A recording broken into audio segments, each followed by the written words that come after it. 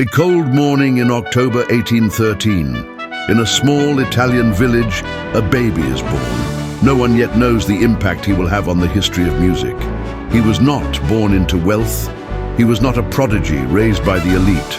But his destiny was to become eternal. This is the story of Giuseppe Verdi, the man whose music made nations weep, dream, and fight for freedom. If you've ever heard of operas like La Traviata, Aida, and Rigoletto, then you know Verdi's legacy. But behind the theatre curtains and the audience's applause, there is a story of struggle, loss, and triumph. A story that proves that genius is not just about talent, but about perseverance. Giuseppe Verdi was born in Le Roncole, a humble village in northern Italy. His father, a simple innkeeper, quickly noticed his son's talent and did what he could to support him. He bought him an old harpsichord, and on that worn-out instrument, Verdi began to shape his art. By the age of 12, he was already the church organist, but he wanted more. He dreamed of studying at the Milan Conservatory. However, when he finally applied, he was hit with a humiliating rejection. They told him he lacked talent and was too old to learn. Verdi could have given up right then, but he didn't. He studied with private teachers, learned on his own, and eventually found a way into the opera world. In 1839, his first opera, Oberto, premiered. It had modest success, but it opened doors. Everything seemed to be going well until tragedy struck him with unimaginable cruelty. Within just a few years, Verdi lost his wife and both of his young children. The pain was unbearable. Music, which had once been his passion, became a burden. Devastated, he thought about leaving it all behind.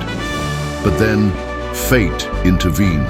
In 1842, Verdi premiered Nabucco, and with this opera, everything changed. The audience didn't just like it, they fell in love with it.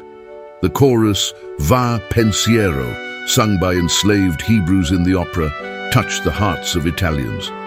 At the time, Italy was divided, longing for unification, and that song became a hymn of hope. Verdi wasn't just a composer anymore. He became a symbol of a movement, of a nation yearning for freedom.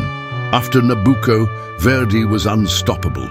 He composed Rigoletto, 1851, Il Trovatore, 1853, and La Traviata, 1853, the latter inspired by the tragic story of Marie Duplessis, the same woman who inspired The Lady of the Camellias by Alexandre Dumas.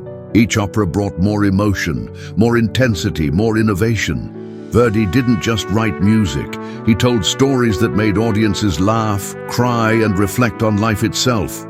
And Verdi's genius reached its peak with Aida, 1871, a monumental opera commissioned for the inauguration of the Suez Canal. Then he shocked everyone by transforming Shakespeare into opera with Otello, 1887.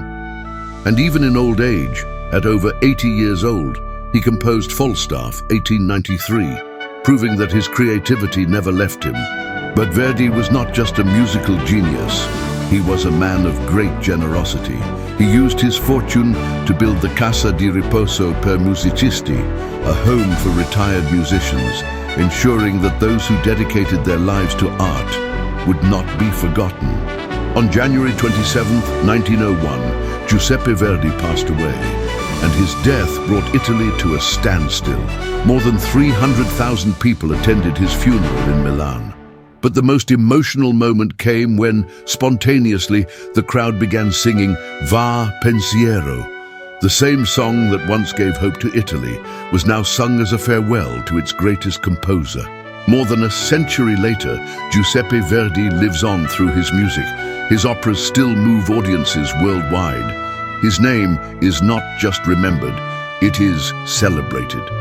Because Verdi was not just a composer, he was the voice of Italy, the soul of opera, and his music will never die.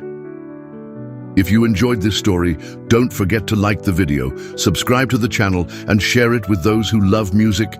See you next time.